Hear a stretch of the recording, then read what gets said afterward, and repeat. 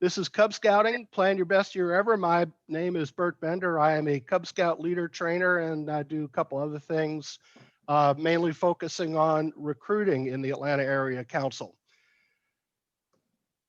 Today's takeaways. We are going to give you some key scouting guidance on activities and also some guidance from other quarters that may be surprising or inventive. We will Fran, actually give you an annual calendar of activities that you can use, but also plenty of other ideas that you can build to make your own calendar. We'll talk about the nuts and bolts of planning, surveys, how to share ideas, how to gather information. And because the den leader's job is the most important job, we're going to talk about ways to help your local den leader, because you want to get them help. If they have that, they can put on a great program. Uh, Sadly, you have to have a way to pay for it. So we will actually spend some time on budgeting. We will talk about awards a little bit, especially Journey to Excellence, and how if you follow the ideas here, you will get uh, a pretty good score there. And we will also share resources. And I've actually got a page of resources here on the Atlanta Area Council website, or not the Atlanta Area Council, on the district website. For those of you who are looking at us in the future, this is a scan that you can use to pull up that site.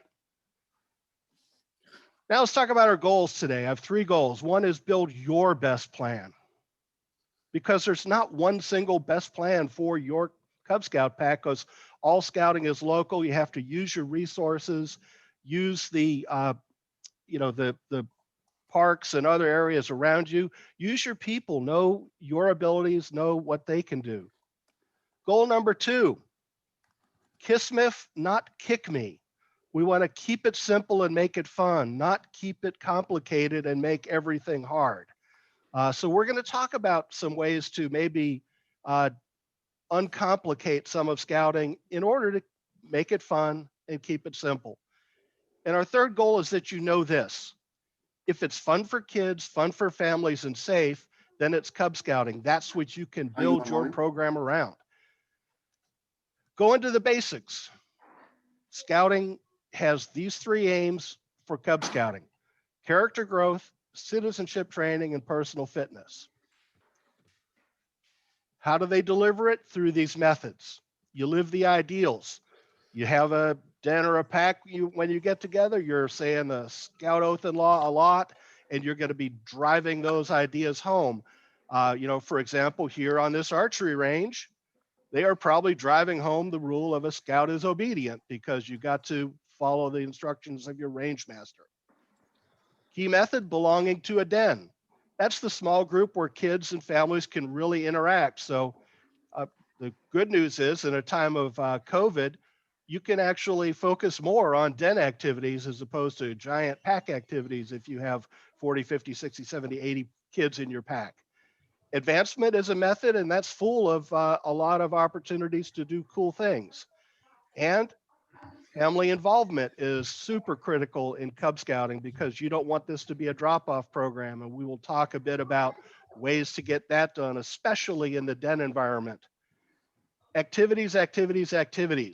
That is a method of Cub Scouting. You do not see meeting as a method of Cub Scouting. Why? Because you want to do things, not just meet. Serving the community is a great method, and there's lots of ways to serve, and we've actually, we'll talk about that. That's a big emphasis of the program as you're coming back out into scouting in this time. That's an opportunity to really be seen, getting things done, and doing something that families are going to say, wow, that's important. We want to be part of that too. And as you wear the uniform, you can be a walking advertisement as you hike your neighborhood with your den, whether you're in your full blues or khakis or just wearing the pack t-shirt. People will see you dressed up, doing something, maybe a service project, maybe making s'mores in the park, and say, hey, can I be involved? We've heard this in the general panel discussion that scouting is outing. And that really needs to be our brand. Getting outdoors, not only is it safer, it's more fun. Uh, Sandro's here. He's from a pack that is chartered by a church. And one of the great things that they did a few years back was to say, why are we meeting in a church basement? Basement is boring. We have a park right across the street. Why don't we go meet there? Outdoors is more fun. You can poll any kids and they will say we had more fun finding, some critter, some snake, some turtle in a park than a cockroach in a church basement. Not that they have them. So I promised an annual activity plan, and here's one. If you just want to take this and roll with it, go for it. We're starting now. Why? Because right now we're in April. So if you want something easy to reemerge, do a hike near home. Get together with the den and say, let's all go on a hike. People need to walk. You've probably got great places to go. It doesn't have to be Kennesaw Mountain. Maybe in May, do flying things as a weekend activity or uh, end of school day activity like a kite fly or a rocket launch. Maybe have your end of the year party and award the ranks that they've earned. A blue and gold banquet could be done in May. I'll get to that in a second. Some of you are rolling your eyes probably. June, more get out and about. Maybe you do day or twilight camp. Maybe you're going to do a nighttime outing and look at the stars. July, you can get together and do resident camp at Bird Adams, which is super fun. There's other options like 4th of July picnics, parades.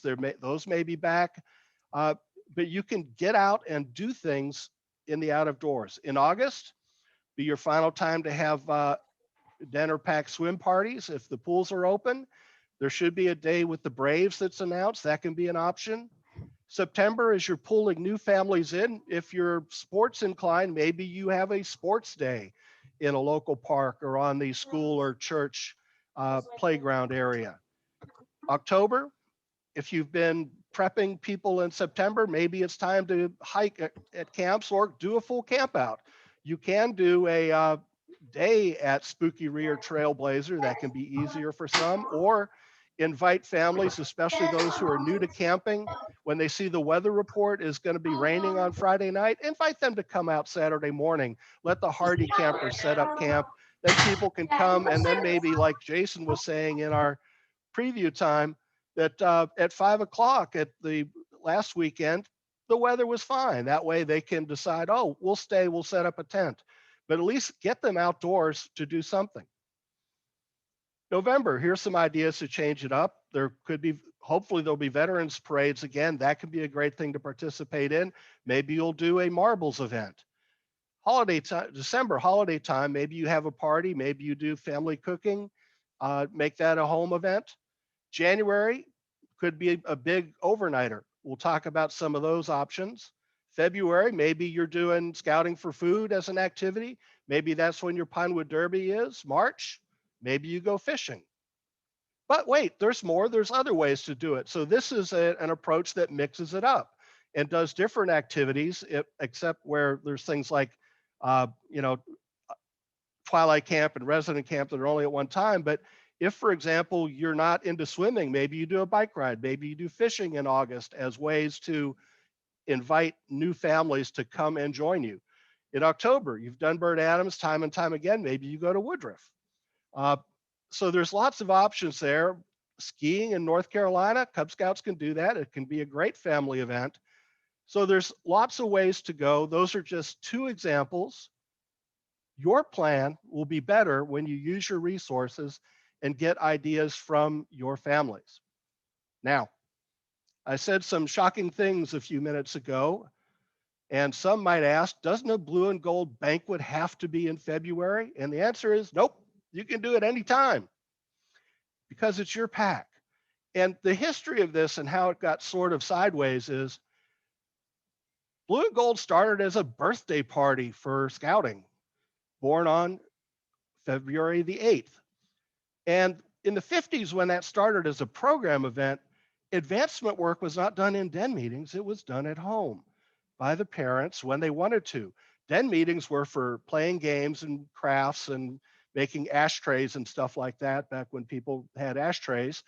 And So there wasn't this whole advancement urgency to finish the rank by the time of the blue and gold. But when doing rank work became a den leader job, since the blue and gold banquet was a big event, everybody wanted to be done by then. But the problem is, it's hard to complete a rank by February, especially if you didn't get started up, right at the beginning of August. A lot of dens really don't get organized and get it together and get that den leader and the whole plan until maybe September, October. So if you are struggling to complete your rank by February, delay the blue and gold banquet. If you want that as a big rank award night, do it later. Scouting does not mind that you were late with the birthday party. Frankly, if you do it later in February, you're already late. If you skip your Aunt Ethel's birthday and don't call her on her birthday, she'll be upset. Scouting won't be upset that you do it later because scouting is kind. So, enough about blue and gold banquets. What can you do outdoors? Lots of things. You might come up with something that you do. You'll see it on here. Maybe before kids, you used to do it. And maybe with kids now in Cub Scouts, you want to do it. You may find that there is somebody in your den who is keen on one of these things. That can be part of what you do. One of the sports on here is ultimate Frisbee. We actually did that when I became a den leader years ago with our first graders. We'd play with a cloth Frisbee so that they wouldn't bust out any teeth before their time. And that became the number one thing they wanted to do. It also became our go-to, hey, let's have fun today instead of working on any hard advancement stuff, because it was something they liked doing. But if you look at these outdoor ideas, you can go to a park, you can do it hiking, fishing, biking. These are all great options for you. Even yoga, please. There's going to be, you may have some moms who are going to be keen on that. You can have them lead the scouts. Why not? And you don't have to stay on your charter organization property. You can go out and about. Lots of places to go. Biking on the Beltline. By the way, the Beltline is more than just the section from Pont City Market up to Piedmont Park. There are lots of Atlanta pathways. In fact, they're now up to 300 miles of paths, and a lot of them are not the Silver Comet.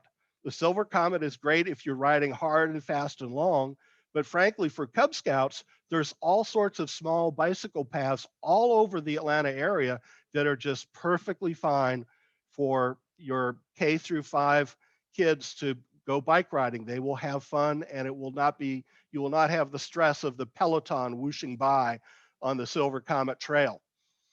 Other ideas here, I've got a concept called Tour to Playgrounds. We'll stick a pin in that.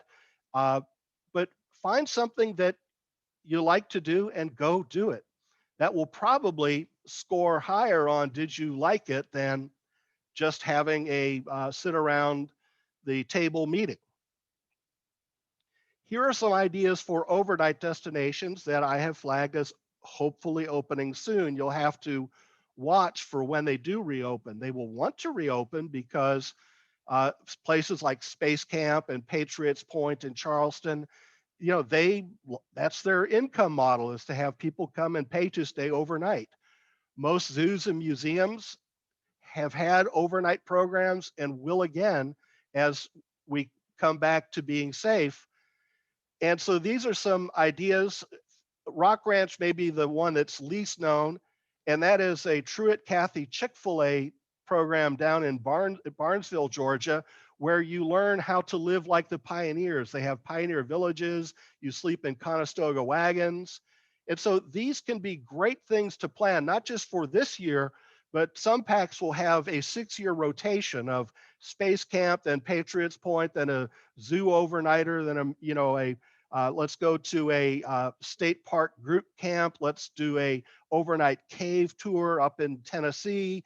Let's maybe do the battleship in Mobile. That way you're not doing the same thing every year, because I'll guarantee you that the fathers who have gone to Patriots Point in Charleston are happy to sleep in that can one time. They probably don't want to do it again because it is very, very cramped.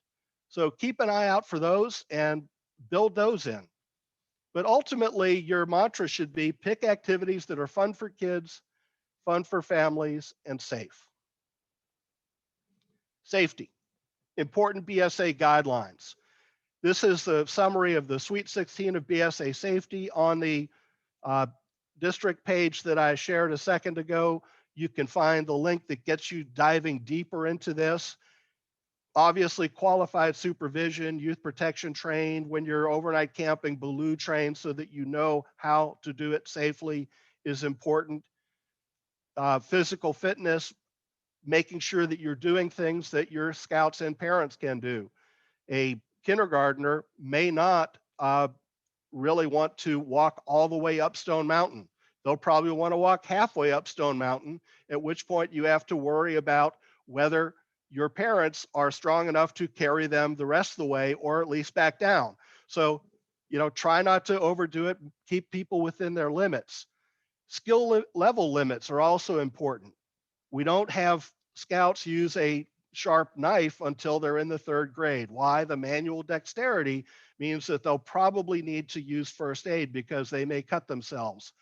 So you can dig into this by looking at the detail behind the Sweet 16 of BSA safety, but most important, use common sense.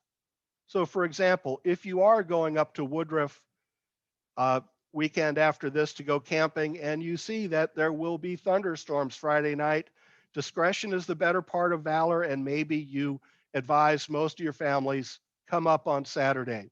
We'll have an advanced team, but when the weather's better on Saturday, then you can come up, because you're not going to have happy families if they're camping out on a Friday night in a thunderstorm, and weather forecasts can tell you that.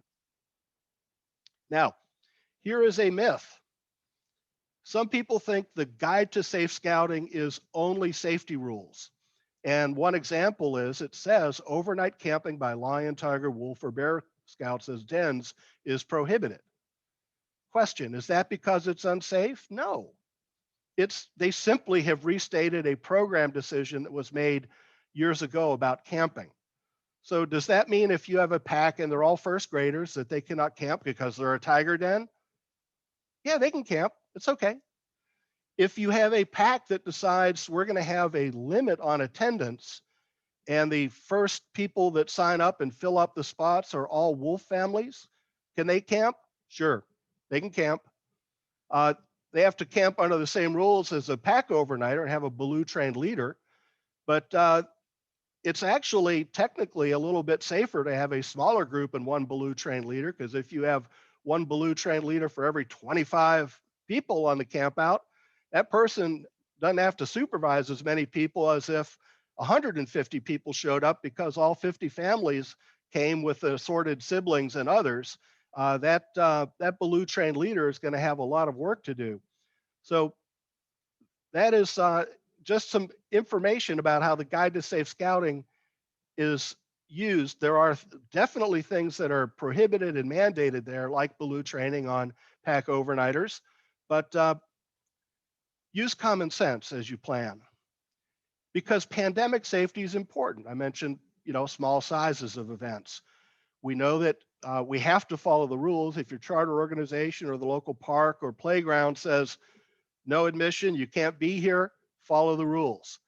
And when you do it safely. Outdoors is better than indoors. Masks and physical distancing are still important. Masks are actually good this time of year, because if you wear a mask, you're not going to be as affected by pollen. Go figure. Some conclusions. More outdoor activities is better because of COVID. It's better because it's also more fun. Small events are better than big events. You can have more focus on den activities as opposed to great big pack activities. Or if you're having something like a Pinewood Derby where all 50 kids want to gather around the track at one time, maybe you have staggered start times with this den at 9 and this den at 10 and this den at 11. Maybe same thing with a bike rodeo or the like, or having satellite events if you have a big enough park or playground or schoolyard where you can have people, small groups, socially distant like dens. You may want to require parental attendance, no drop-offs. We need you there to monitor at the very least your kid to be sure that they are following the rules, because that's important. And as a den or pack leader, you've got enough to do. And that's sort of in line with a great tool for packs of having an every parent helps policy, making it clear that you need to help at an event, even if it's simply supervising your own scout as part of our den or pack security detail. All right, how to plan. Some packs will just say, okay, what did we do last year? Let's plan a sequel. That can be great if last year's plan was great. If it wasn't, sometimes sequels don't work out so well. Godfather 2, great sequel. Jaws 2, not so good. So maybe you do what you did last year, but maybe you want to look at it harder. You might think, oh, wait, no, we need to do what he had on slide 11 or maybe slide 12 and make that our pack activity plan. Could be perfectly great plans, but if you have nobody that knows how to fish, and or cares to, yeah, don't do that. Maybe you just let the leaders plan it out. You've got 10 registered leaders, let them come up because they know. They have shirts, they have patches, or collect ideas and feedback from everyone, leaders and families. And that is frankly our recommended idea, because you'll get better participation, better ideas when people are involved in the process. Here's a tip. If something is really hard, why are we still doing it? So I'm going to ask you, as you do planning and think about what you've done in the past, analyze where you are, how your events score on what I call this Kismith quadrant charts.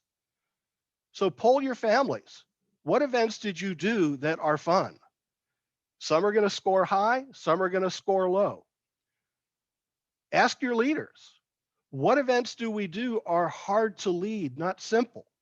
Because if you have events that families say, whoops, let me go back. Families say, oh, they're not fun, and your leaders say they're also hard to do, why are we doing it? Because you want to be up here in the sweet spot of fun activities, easy to lead. You also want to do a lot of fun activities that may also be labor intensive, hard to do. The Pinewood Derby is a great example. But ultimately, you want to be as simple and fun as possible and avoid that spot. Also worthwhile to analyze cost, because some things are going to be fun but cost money, like Disney World. It's great. Could be a great dinner pack destination, but it costs a ton. But exploring a park on a hike is free. And so if you can do something that's cheap and fun, that's great and will allow more participation, because scouting actually costs more money than it used to. And we want to be sensitive to that and not cause people to fail to join in on your events because they couldn't afford it. Now, here's a new concept. I don't think that Marie Kondo has appeared in program Kickoff training in the past, but she's making an appearance today. And for those of you who don't know Marie Kondo, she has the KonMari method of decluttering or tidying up your life. The concept is, if you've got a house full, rooms full of stuff, she says to declutter your space, gather your things, evaluate each of them one by one and ask, does it spark joy? If it doesn't, thank it for its service and let it go. Get rid of it. If it does spark joy, keep it because you find joy in it. The same thing is true with your pack activities. If there are things that are not fun, they don't spark joy, Why do them? And why don't you instead replace it with activities that will spark joy with your kids, with your parents, so that they have fun. They say, we want to do it again. In my case, I knew my kids like playing ultimate Frisbee when they were in first grade. So we went ahead, and did a lot of that, because if you have more joy in your program, you're going to have more participation week to week. You're going to have more retention. You're going to have more recruiting as parents say to other families that they know, hey, come and join us. We're going on a hike, a camp out, a bike ride. We're going fishing. We're going to do a rocket launch. It's awesome. Why don't you come with us? So let's talk about how to plan a program. Ultimately, in the traditional approach, the PAC chair will lead, working very closely with PAC committee members, the Cub master, den leaders, assistants, all working together. And you want to, at the very least, pick dates that are convenient for your key leaders, because if you need a Cub master to be there, you want to make it convenient for them. By the way, it used to be that Cub Scout material said that the Cub master and den leaders and assistants were not part of the PAC committee. They actually are, and it's straight up now as part of all the Cub Scout training materials that got revised in the last few years, that they are all automatically members of the PAC committee, which makes sense because you want their participation. They're the most involved leaders. But invite everybody to attend and participate and give ideas, because you never know when they will give you great ideas about places to go.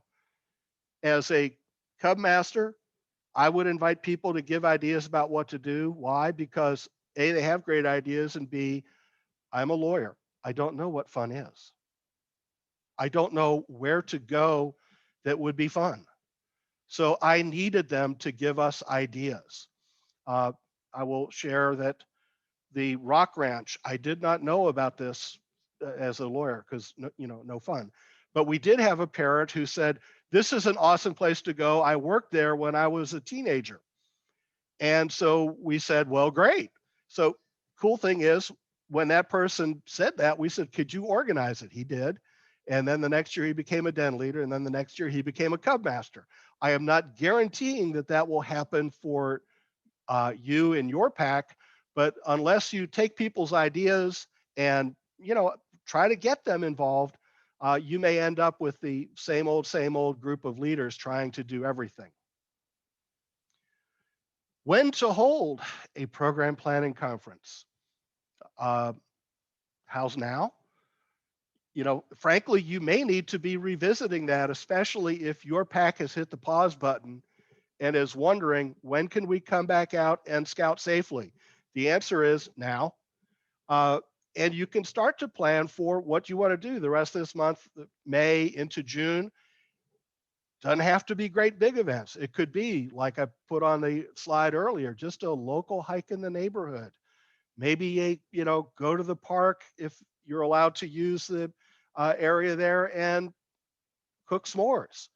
Just gathering families together to do fun stuff is an opportunity. So you could start now, develop your spring and summer plans, start to build your fall highlights. You can finalize it again in June and July so that you have a full calendar year for the folks who will be joining when school starts back up. And in the wintertime, update it again, because I'll guarantee you that you cannot see a lot of spring or summer plans for 2022 on the Atlanta Area Council or other websites, but that will start to come into place when you get to around the wintertime. So first step for pre-planning to have a planning conference is get out some calendars, school calendars. You're going to want to know when's the open house, meet and greet, meet the teacher dates, so that you know that you're going to deploy parents to that to talk to other families about what we do in Cub Scouting. You're going to build your program around, start day, last day of school, holidays, because they can give you opportunities for 3-day weekends that you can take advantage of to go a little bit further afield, like to Space Camp.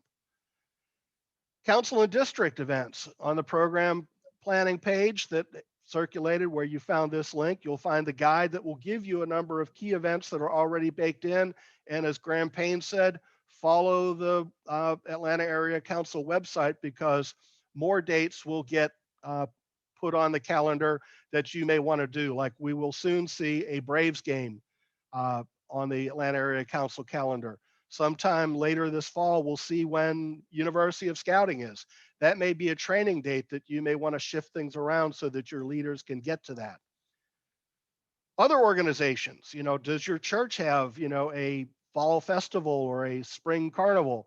Maybe you want to have that be an event that you participate at as a den or a pack. Same thing with community events, parades, festivals, movies on the green. Those can be great opportunities. You'll need to plan around religious holidays for those of you who are, not sure of when Easter is next year. I'm not, but you can look it up. Leader calendars. Again, if your Cub Master is going to be at a cousin's wedding in October, maybe that's not the best weekend to go to Spooky Ree. Another tool, surveys. Lots of different ways to do this through, there's Google Polls, there's SurveyMonkey that you can do free surveys on if they're short enough.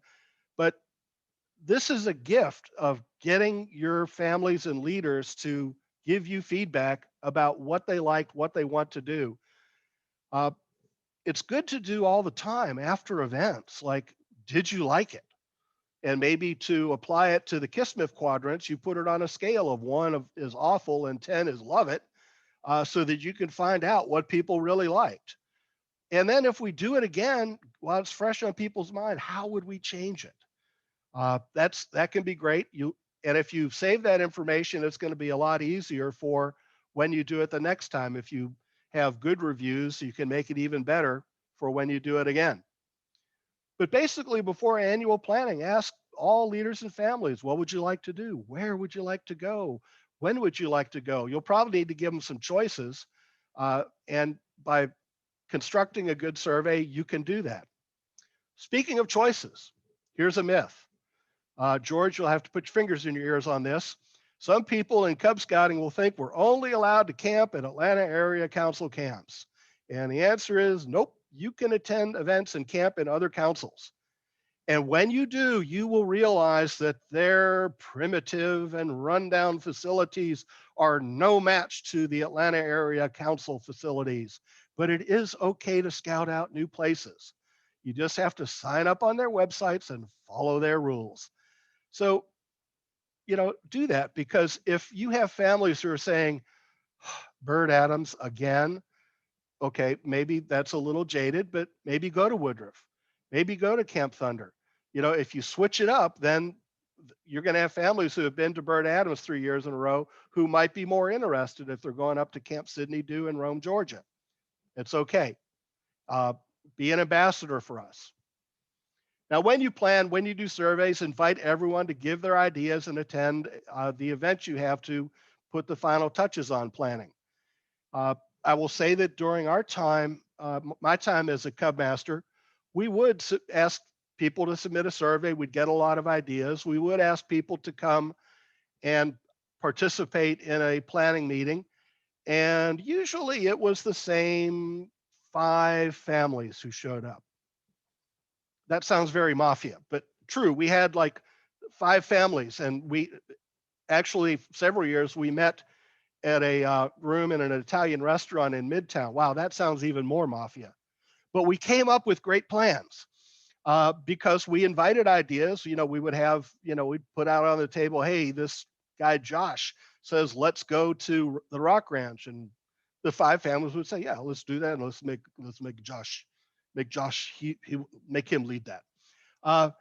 So invite everyone to attend, but don't freak out, because how many people are needed to plan a great calendar of pack activities?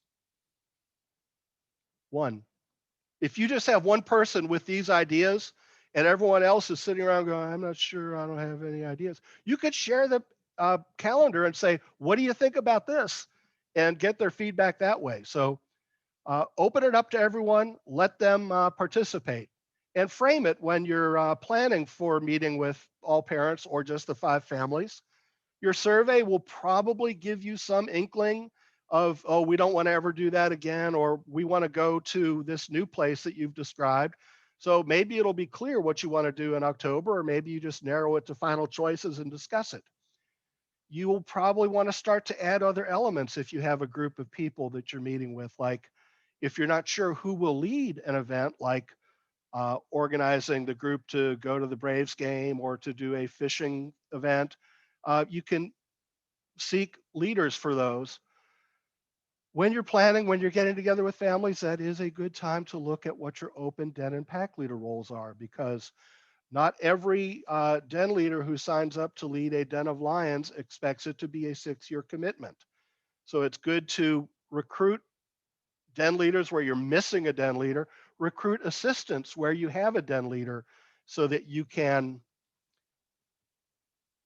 maybe have a plan of succession or support your local den leader by giving your den leader help.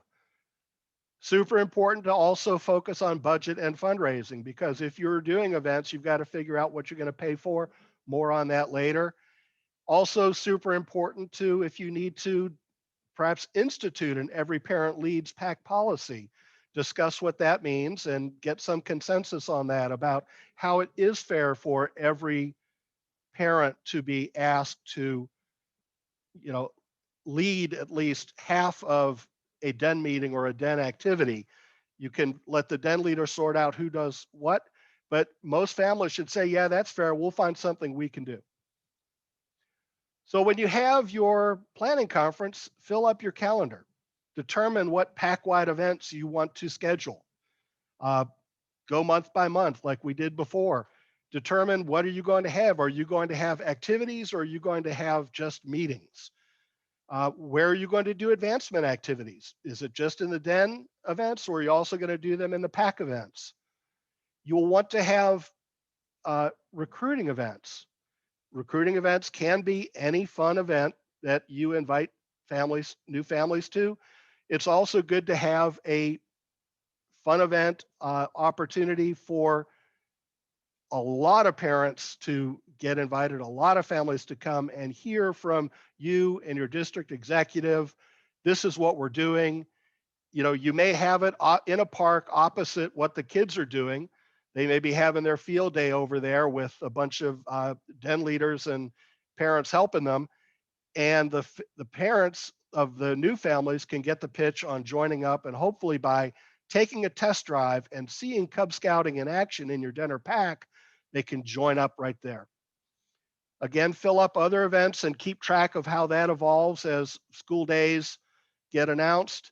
And it's worth discussing what your plan is going to be for den activities or den meetings, and we will get into that in a little bit. Okay, it's time for another myth buster.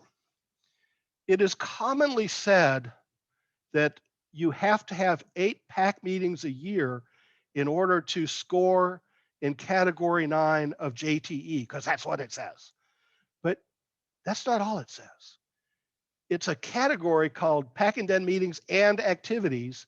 And page 2 says, have at least 8 pack meetings or activities. So what that means is if your pack meeting schedule is an August pool party, a September hike, an October camp out, a November bike ride, a December service project, a January Pinewood Derby, a February Scouting for Food event, a March fishing event, another camp out in April, a blue and gold in May, kites and rockets in June, a fun field day in July, you do not have to meet in the church basement for a meeting. You've got activities, and they may be more memorable. I'm sorry. I'm obligated to make this statement on behalf of BSA programming. I am all in favor of pack meetings if they are fun. I like awards and cheers and skits and songs and walk-ons. I really do. Personally, I like them most at the campfire that you'll have in October and in April as you all get around and everybody does their silly songs and stuff. I also like the The late show campfire where we let the older scouts tell ghost stories, super fun. Don't tell them around the kindergartners and first graders.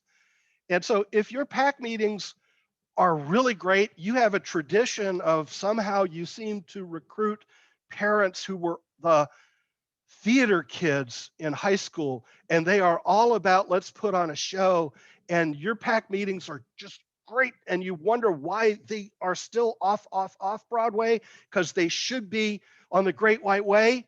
Keep doing it. But if you have a lot of introvert parents and the pack meetings are not fun or they're just announcements, think about it on the Kismet scale. Would you be better off doing activities as opposed to just doing a rote pack meeting? P.S. If you are on a hike, can you sing songs? Yes. If you are doing a fishing derby, can you have an awards presentation before or after or during it? Of course you can. Can you do cheers as you are about to go into the zoo on your field trip? Why, certainly. And it might attract attention as people come over and say, who are these people who are doing these fun cheers? So you can do all the pack meeting stuff out and about. Similarly, when you get your den together, what's better, a meeting or an adventure? Doing it indoors or outdoors? Granted, weather can be an issue, but then some say that you should be prepared. Others say there's no such thing as poor weather. There are just poor clothing choices. But kids will enjoy the meetings outdoors more than they will the meetings that are indoors in most cases. In any event, whatever you do, turn the fun meter on it, because you want to be sure your activities are exciting and appealing to both kids and families, and will make new families want to join you and do this. Let's talk about dens for a second. How often do you need to meet? Which is the right way? And that's a trick question. Some, but few dens meet once a week. The BSA now straight up says most dens meet every other week. They no longer say you will have weekly den meetings, because weekly den meetings led to a lot of burnout. There are a lot of packs where it turns out the dens meet once a month, probably for a longer period of time. Uh, and if it works for you and your families like it and they're looking forward to it, and you have great activities, go for it. Uh, it's a lot easier to go from once a month to every other week to once a week if everybody gets into it than it is to try once a week and it's boring and the leader gets burned out and quits and says, I can't do this, someone else needs to do it, because then you'll have no den. But if you're meet less frequency, sometimes less is more, and you can grow your pack that way. So let's look at program planning from a den meeting or a den adventure perspective. Pick your plan. Maybe all dens are going to meet at one time in one place, but spread out safely. Different corners of the schoolyard, different parts of the park. Maybe they each pick their own time and place. Or maybe they are going from place to place, as long as they are in good communication with the pack and the dens, families in the den. That's okay too. A little more complicated, but also can be more fun. One way to make it more fun, this was mentioned in the general session, is go to playgrounds. I've always said, like lions and tigers, you can share the family leadership by having every family pick a new playground and make your program year a tour to playgrounds, where you are going to this park or that school or that church, as long as they're open and allow you in, and you explore a new playground every time your den gets together. I should point out that when kids get into second grade, third grade, fourth grade, even fifth grade, they do not yet tire of really cool playgrounds. So you can still do it with older scouts if you want to. And that gives you an opportunity as a den leader to not always be the center of attention, because your den leader can, you gather everyone, they're playing on the playground, then you do some scout stuff for 10 minutes. When the kids lose attention, they can play. You can gather up the parents and say, this is what we're going to do for the next scout segment. They play for 10 minutes, they come back, you do another 10 minutes. And that way you get more participation from parents and hopefully more excitement by all the families. You could have weekday dens and a counterpart weekend den at the same rank. A lot of kids are like super scheduled up.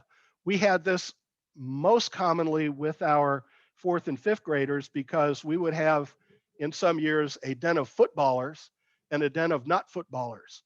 The den of not footballers would not start until November. The den of because the footballers are they're in football practice every day. The non-footballers could start in August, September, whenever the den leader situation gels, and so they could have a more leisurely place. The footballers would catch up by starting in November, but they could still catch up. And sports should not be. It's not a binary choice of are you doing soccer or are you doing Cub Scouts.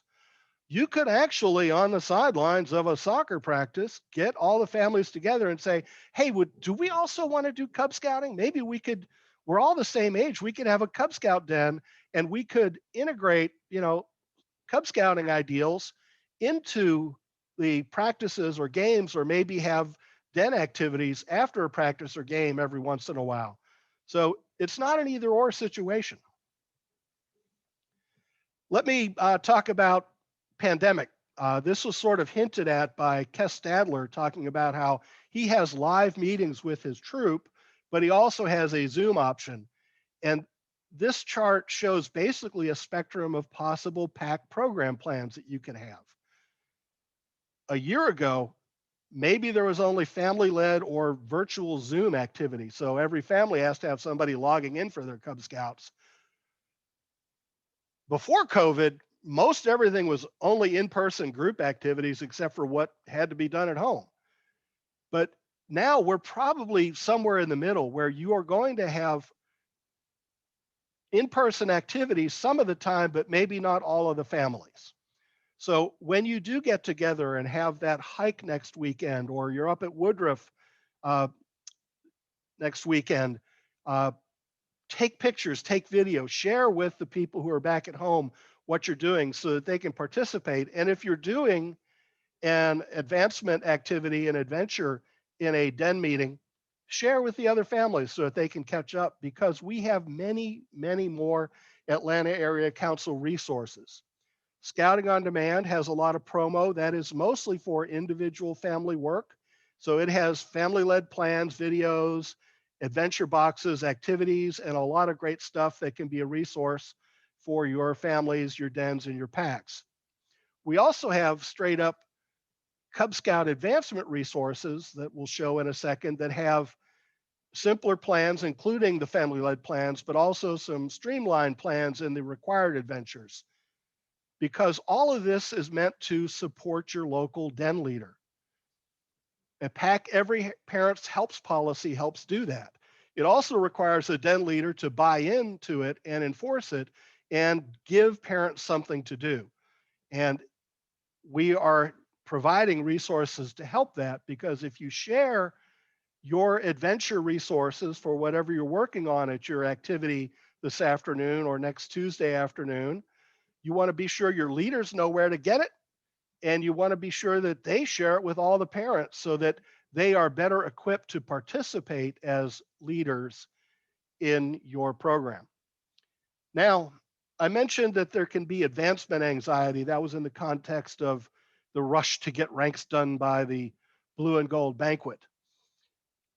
The question, how many meetings do you need to do to earn a rank?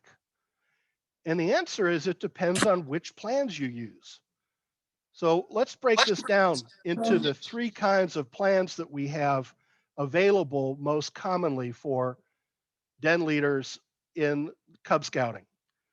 The printed guide, a lot of material, many meetings. You have to do 18 or more to earn tiger, wolf, and bear. A little less for lion, a lot less for lion, a little less because there are fewer adventures in Weeblos and Arrow of Light. The typical plan is 2 indoor meetings and an outing. Some of us think that's an outrage, because if you're doing an adventure about hiking and you want to do 3 meetings, why not have a little hike, a little bit bigger hike, and then the big destination hike? Because you can do planning for hiking as easily, in fact, better if you're out walking around than if you're in a classroom. So maybe there are too many meetings, especially if you don't meet every other week. It has a little bit more labor intensive elements, like you'll look at the gathering activities And frankly, you'll see that and go, this is not an easy to do gathering thing. This is a full on, all the den needs to be here activity. And so in some cases, you'll go, we don't need to do that. And in other cases, you're going to say, well, we don't want the kid who shows up right on time to miss out on this because it's essential to advancement. Now, to share with parents so that they can help you, you'd have to photocopy the pages or print them to a PDF. And to edit it, you have to mark it up by hand. So this is a typical den leader guide for Tigers in the Wild, a hiking event. 11 pages of plans, 3 meetings. Route 2, the Scout Book Den Leader Experience meeting plans. It's a web-based tool. It's app-like. It looks like an app, but it's really just on the internet. It has slightly fewer meetings, 12 to 15 meetings to complete Tiger, Wolf, Bear, or Webelos. Has the same pattern of indoor meetings, then an outing. It has a weird one topic at a time view where you have to click the box to see what's behind the curtain. As far as I can tell, you can't really share it with parents and you can't revise it or mark it up. The good news is it does sync with Scout Book reporting if you click the attendance box and click what you did. So this is an image from the Den Leader Experience Sandbox. And what I mean, and this is hard to read, hopefully it comes up easier on a phone, but like to see what the items are for Kim's game, you click that box. If you click another box here, that shuts. To see what the outdoor code is, you click a box, but if you click what's up next, that shuts. So route 3 we have are what we call Streamline plans and family-led plans. They are found on this district website. They're not split into multiple meetings. So there are tips about if you should split it and how to split it into as to what you might do session 1, what you might do session 2. But if you're doing it, say, on a weekend afternoon or morning, you can probably knock it all out. It's very easy to share with parents because you can just send them the link to the adventure that day. And there are Word versions posted if you want to download it, edit it, and come up with the way that will work for you and how you're going to assign things. It encourages outdoor activity. It's simpler program, so you're not going to find advancement activities in the gathering section. We leave that up to you because, like, if you meet where there's a playground, you know the playground will be the gathering activity. Don't tell me different. It's going to be the gathering activity. Also, it's prompted for parent participation. So here's a streamlined Tigers in the Wild plan. Not 11 pages, it's 6 pages. It looks a lot like the Den Leader Guide, but like I said, there are prompts where, so activity 1, it prompts the Den Leader, who should I get to talk about the Cub Scout Six Essentials? Idea being, you have some copies of this. When you're coming on the hike, as you're gathering in the parking lot, you hand this out to the parents and you go up to a parent, and like that Den Leader was pointing in the earlier picture, you tell that parent, hey, I need you to talk about the Cub Scout Six Essentials. And when she says, I don't know what they are, you say, well, here's a plan. It's just this section. Could you talk about those? The answer should be, why, yes, I can. So these exist for the required Not Duty to God, Tiger, Wolf, Bear, and Webelos adventures, both in PDF and Word. There's family-led versions of all of the plans, and those are a little shorter. Why? Because they assume that you are just doing this with your scout and maybe siblings, so it doesn't have a lot of, take dues and score attendance and stuff like that. And those exist for all of the Cub Scout adventures.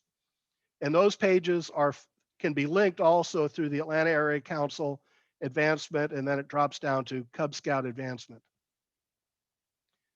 And those link you to, here's an example, a page that will have the requirements. So parent gets the link for Pause on the Path. They see what the requirements are. There'll be streamlined plans, family-led plans for every adventure. Den Leader Guide plans are there if you want to make it into 3 meetings. And then also there's going to be videos, like the Scouting on Demand videos are here. We have the national videos are here. And there's going to be more about each element so that if you really want families to know about it, there they are. So which one should you use? Depends. If you want more meetings, use the Den Leader Guide plans. There's more meetings. If you want web access for the Den Leader, you're going to want the Scoutbook Den Leader experience or the Streamline family plans. Scoutbook has the one topic at a time view. That may be a plus, could be a minus. Easy to share with families, ability to edit the Streamline and family plans may be the way to go. For almost automatic advancement reporting, you probably want the Den Leader experience. Now, out of handbook adventures. So here's a scenario. You do a pack bike rodeo. Someone says only first graders can earn the biking belt loop because the only adventure about riding a bike is in the Tiger handbook. Nobody else can earn that loop. Nobody. Your response to that person who is getting in your face about that should be, lighten up, Francis. Because truth be told, the Rolling Tigers adventure it has a lot of really fulsome stuff in it. It's not a first grade thing. It is only because you only have to do 5 out of the 10. So if you were having a pack-wide bike rodeo, if you want to keep it simple, one award for everybody is more simple. If you want to make it fun, you don't have anybody left out of getting the recognition for having completed the requirements. And that's easier than like making up a different set of requirements and a different award. If you feel guilty, like, oh, it's not fair for a fourth grader to get that belt loop only doing what Tigers had to do, okay, here's an easy solution. The adventure says do 5 out of 10. Make the Weeblos do 7 out of 10 or 8 out of 10. You've made it harder for them. Good for them. And for those who say, yeah, but it doesn't, they're going to think it counts for advancement. Well, you don't count it for rank advancement. If they're a wolf, bear, Weeblo, arrow of light, but it does count for the recognition, and we like recognition. And if they're a lion and they earn the belt loop as a lion, do they have to earn it again next year if they want that to be their elective for the Tiger year? Why, yes. And that should be okay, because we hope that when they learn to ride a bike, even as a kindergartner, that they have a sport that they can do for a lifetime, and they will in fact do den, pack, troop, crew, and AARP bike rides for an entire lifetime. Okay, here's the fun stuff. Budgeting. So the basics of budgeting. You have to have a treasurer to mind this project. If they are handling money, be sure that you actually have vetted them and they are registered and they had the background check, and because you don't want to have the situation where you find out that the person who was like, ooh, I want to be treasurer, when you Google them, you find out that they actually were arrested for embezzling at their former company. So get them registered, get them the background check, because you need somebody who you can trust with money. You also need somebody who can plan to project costs, to determine what your dues should be. And as a PAC committee, figure out what your collection options will be. Are you going to take it as an annual payment, monthly dues? What's the schedule? Do you want to have payments for individual items? What fundraisers are you going to do? And a treasurer needs to also be transparent and report what's in the money, what did we spend it on, what did we collect, so that you don't have any doubt that the money is going to the right place. So you're a Cub Scout pack, you gotta pay these things. Unit recharter fee of $75. For most packs, the youth registration fee of $66 and adult registration of $42. There are more costs you will likely want to include in your budget, but let's talk Bsa fees for a second. Some people, and it is a complication, worry about, how do we project for prorated fees for the people who join in April, May, June, July, August, September, October. And my suggestion is don't include those in your 2021-22 calendar year budget, because everyone who's in the pack right now registered has paid. Everybody who registers online will pay directly to the BSA, and that happens today.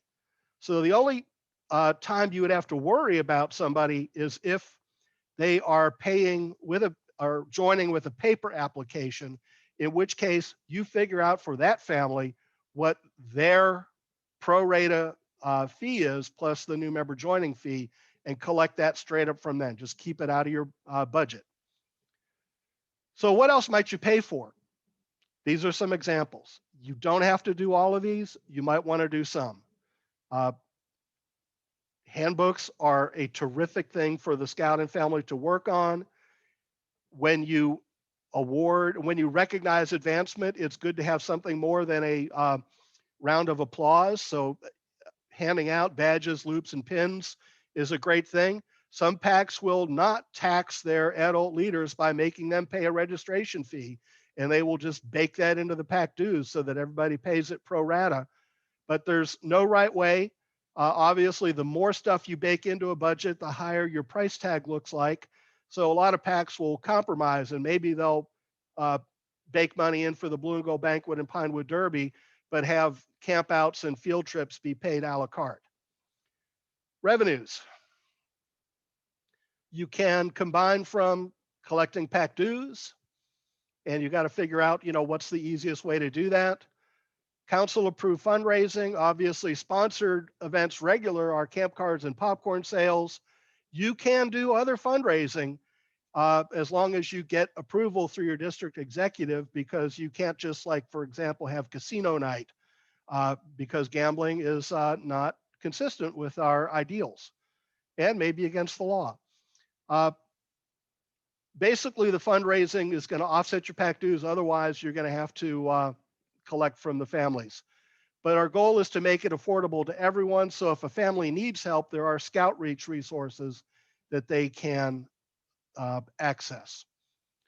So details of expenses, you'll have to project what you think your PAC looks like, because let's take the $75 unit fee. It's $1 a scout if you have 75 scouts. If you have 10, it's a meaningful chunk of money. It's $750 per kid. Advancement bling. How much are you going to budget in getting? Are you going to budget in enough for every adventure loop, or enough for the rank plus maybe 1, 2, or 3 beyond that?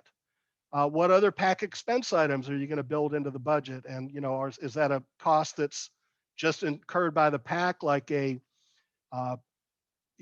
photo website or survey tool if it costs money? Or is it something that is just paid per scout? So with that, you can figure out what your per scout cost is by coming up with your total projected expenses divided by total scouts. And if you have no fundraiser, that's your annual dues.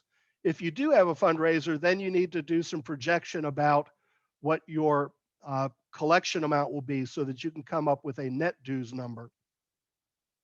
Some PACs, many troops, will have some portion of fundraiser money go to individual scout accounts, so that those who really put in the effort selling popcorn or camp cards or Christmas wreaths get the benefit and can basically pay for scouting themselves. So let's spend a minute or two on awards. I've not started with JTE as the way to plan, because if you follow what we've done in this session, you are going to get guaranteed points on JTE, just natural. Item 1, planning and budget. You've put together a budget, you've put together a calendar of activities. If you do a leader meeting, like the 5 families at the Italian restaurant, or the, maybe poolside this summer, we did that too, then you've got silver. And if you have 6 follow-up sessions, you're gold. Recruiting. You get points for having a recruiting event or a Be a Scout process. You really should have both. You should have many recruiting events. Have some big ones, maybe this spring if you're really going, certainly at back to school time, but also work Be a Scout. And if you grow your PAC, you get to gold. Outdoor activities. You score if you have 3 in a year, and if you have 5, you're gold. But if you take nothing else away, know that 5 outdoor activities is too few in Cub Scouting. Same thing with service. You get points for having 2 if you record it through Scout Book or the Service Project portal. And if you have 3 and one of them is a conservation project, you're gold. you'll probably do many more than that, certainly through the den activities, since service is such a key component. Meetings and activities, remember activities, 8-pack activities in a year gets you on the board. And if you have 2 den activities a month during the school year, there you are. And even when you have the entire pack at a camp out or something, you'll probably have the den doing something along those times, along on the sidelines when you have free time in the afternoon or Friday night. And so you can have those do double duty. Other categories where you'll get likely points is retention. If your program is scoring on the Kismith quadrant of fun activities that kids like and families like, are easy to do, you're probably going to have more participation. That's probably going to lead to more retention. I didn't mention this in coming up with the calendar because that would be more, it's more of a Webelos Dens event. You will want to have some events with a troop or troops so that your 4th and 5th grade Webelos can start to get their eyes on what troops do. And if you do that and you have kids who like what you're doing in scouting, you should have a strong crossover performance. Advancement, 50% of your Cub Scouts earn a rank. That should be pretty easy, especially since some will earn 2 ranks because if they join up, they should earn the Bobcat rank. Gold is only 75%. So if you use good den leading plans, get your parents involved, you should easily get, frankly, over 100% advancement because you'll have kids earning the Bobcat rank. Camping. Remember, overnighting is not required. The family that comes out to Bert Adams for Trailblazer, who comes out Saturday morning and goes home Saturday night, they still count. They were there. They were part of that. So if you have 1 or more, ideally, at least 2 campouts, you're going to score. Leadership. This is really just a recruiting thing. And if you recharter with 1 assistant Cub Master, you're bronze. If every den has a leader by Halloween, you're gold. And I hope every den does have a registered leader by Halloween. Otherwise, that den's probably not doing much. Trained leadership. It's just a matter of getting some leaders to follow through and take training. So if you follow the notes from before, JTE is going to flow naturally. Now, here's a bonus.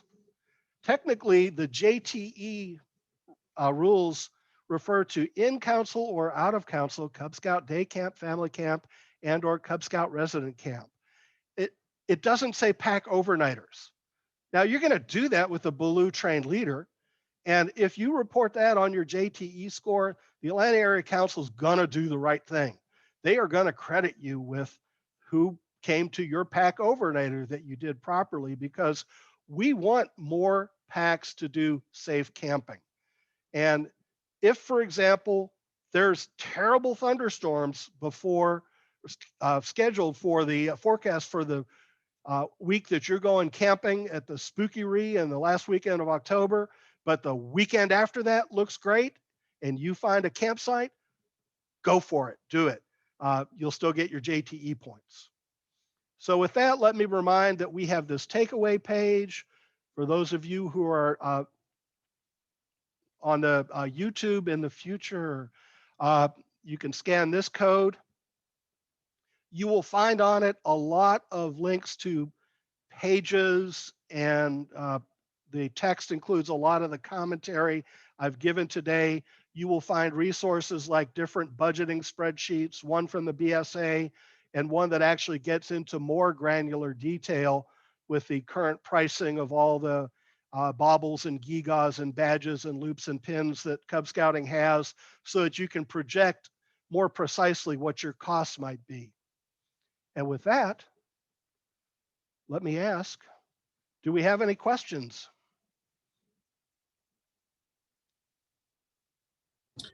I have a question. Yeah. Sorry. What messaging are you giving? Would you recommend giving people who are still hesitant to do face-to-face as far as recruitment goes, or reaching out to people for retention? Because, you know, while we are moving towards controlling the pandemic and immunization, Cub Scouts are obviously too young to be immunized. Some people have health concerns. They want to be involved, and obviously, we can pitch Zoom meetings and things like that. But, as far as recruitment goes, what are your recommendations? And the second thing is there going to be a concerted, organized way by the council to do outreach to public schools, especially given that many are still closed to outsiders? Okay, let me take the second one first and say that absolutely, the Atlanta Area Council, George and the rest of the field staff, your district professionals are all hyper aware of what your local schools are doing. They are, but also not only aware, but they are conscious of the risks and the struggles and sympathetic to that. So the message from the Atlanta Area Council to a school district isn't, you gotta let us in. It's, tell us where you are. Because if they are more concerned about in-person activities, we want to respect that. The worst thing that the Atlanta Area Council could do is to go to a school and say, you need to open it up back to us. That's not going to get us any friends. We're going to find that school shut down for a long time. And different schools and school districts are going to have a different approach to it. You might have, two, elementary schools, one of which says, oh, we've got a pretty good situation, we're willing to open, and another where it just turns out that the population of administration, teachers, staff, skews older, skews more towards people who are immunocompromised and have a greater concern about it. They may have a more visceral concern about it because they may have a school staff today that doesn't include people who were on the school staff a year ago, and not because they voluntarily retired, but because they died. We have to respect that. Same thing with families. I've put up here the pandemic program options because I don't think any den or pack should revert to just supporting Cub Scouting through in-person group activities. And I think we are being not friendly, not courteous, not kind if we tell families, yeah, there's vaccines now, and yeah, there's no mask mandate, so it's over. If you want to do Cub Scouting, you got to come back and do it in person. I think we want to, number one, be super safe using the methods we've talked about. And when you look on the YouTubes next week, you can get more detail at the Scouting in a time of COVID session. But we want to say, yeah, we get it.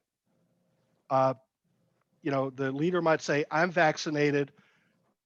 I know you may not be. I know you may have, others in your circle who may not be. So yes, we are going to be doing in-person activities. Let me tell you how we're doing it safely. Let me communicate to everyone what the event will be and how we're going to do it safely. What our parent expectation is that if you come, you have to be safe. Yes, if, I applaud, and frankly, our units do this, even outdoors, wear a mask. Why? Because we don't want to freak out somebody who is scared for darn good reason. So we want to be courteous, kind, friendly with families. Let them know they don't have to come to events if they don't feel safe, but we are going to find ways to make it safe. And I think den activities or even sub-den activities are great ways to keep it safe, but get us in the out of doors. Hiking, biking, easiest ways, because you can do that and you have to do that just for mental health reasons. Families should go on lots of walks. Why not Cub Scout families too? For those who don't want to go out in a group but say, we're going to do our own hike, that's where you share those adventure plans, so that if you are doing a hike or a bike ride, or learning about cooking, you share with the family so that they can see how they can do it from the safety of their home. And when it's time, hopefully they will come back in. Did that answer your question? Bert, if I can add something briefly, you had that earlier in your excellent presentation as well. But I mean, just to share in 1 minute something from our experience. I mean, hybrid. Often when people hear hybrid, they think, okay, half are in person and the other joining by Zoom. But we have this spring done 3 events. I call them dispersed to make it call something different. Which one was a geocaching competition. That's probably easiest to explain. Basically, every family, they went on their own as a family, 3 or 4 parents and kids, geocaching. And then digitally, we had a competition where everybody scored like more points the more caches they found. And it was my prediction that was going to be great. And it was actually because all the families, they felt very connected to the pack. We did it together. They saw everybody else was doing it. But still, now from a COVID perspective, they were out on their own, just if they would have gone hiking as a family. So just like think beyond like in person versus just Zoom. And in that way, there's great events that can be had in that way that are like together in a digital way, but still far distanced socially, just to add that. So I cannot agree more, because the choice shouldn't be I'm either in person doing the hike, or I am following it on Facebook Live as they hike down the trail. That's not super fun. So let me give like the real world tour. You go to the Cub Scout advancement page on the Atlanta Area Council, scroll down. Okay, you got a bunch of first graders. Let's do the Tigers in the Wild about hiking. That will take you to this page, which is the adventure. The parents shouldn't need me as the den leader to teach them about hiking. If you give them this and they open up this family-led plan page, they can read what the requirements are. They can see what the activities are. Can they talk with their own scout about the 6 essentials for hiking before they go out and, hike the trail in the local park? Sure. Can they discuss the outdoor code and leave no trace principles? Why, yes, they're right there. These people, the rest of the day, are parents. They can teach their kids. And then this is going to, give some ideas as to ways that they can have more than just a walk, but ways that they can actually have fun when they hike. So, if you lead a family scout, you'll lead them for a day. If you teach a parent how to lead, they can lead forever.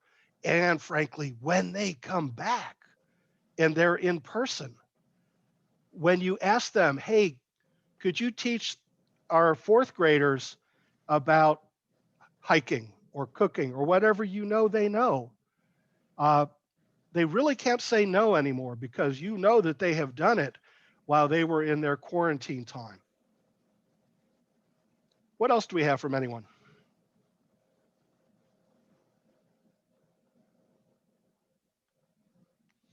I will just end with one other comment then, and that is, I failed to mention it, but a great calendar planning tool for your pack or den is ask the parents what they like to do or what they used to do before children.